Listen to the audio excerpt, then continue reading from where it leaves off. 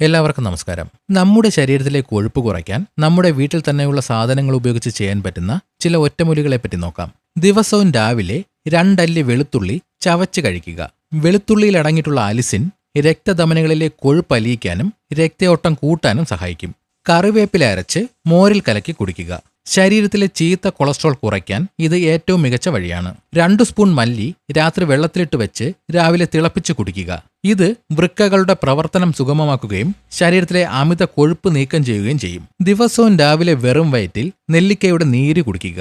നെല്ലിക്കയിൽ vitamin C ധാരാളമുള്ളതിനാൽ രക്തം ശുദ്ധീകരിക്കുകയും കൊഴുപ്പ് അടിഞ്ഞുകൂടുന്നത് തടയുകയും ചെയ്യും. തുല്യ അളവിൽ ഇഞ്ചിനീരും തേനും ചേർത്ത് ദിവസവും കഴിക്കുക.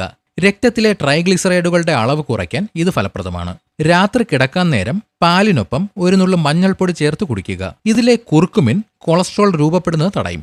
ഉലുവ രാത്രി വെള്ളത്തിലിട്ട് വെച്ച് രാവിലെ ആ വെള്ളം കുടിക്കുക. ഉലുവയിൽ അടങ്ങിയിട്ടുള്ള നാരുകൾ ഭക്ഷണത്തിൽ നിന്നുള്ള കൊഴുപ്പ് ആഗിരണം ചെയ്യുന്നത് തടയും. ചായയിലോ വെള്ളത്തിലോ കറുവപ്പട്ടയിട്ട് തിളപ്പിച്ചു കുടിക്കുക. ഇത് രക്തത്തിലെ കൊഴുപ്പിന്റെ തോത് കുറയ്ക്കാനും ഹൃദയാരോഗ്യം മെച്ചപ്പെടുത്താനും സഹായിക്കും. ചെറിയ ജീരകമിട്ട് തിളപ്പിച്ച വെള്ളം ദിവസവും കുടിക്കുക. ഇത് ദഹനം മെച്ചപ്പെടുത്തുകയും ശരീരത്തിന്റെ മെറ്റബോളിസം കൂട്ടി കൊഴുപ്പ് കത്തിച്ചു കളയുകയും ചെയ്യും. ആഴ്ചയിൽ 2-3 തവണ വാഴപ്പിണ്ടിയുടെ നീര് കുടിക്കുക.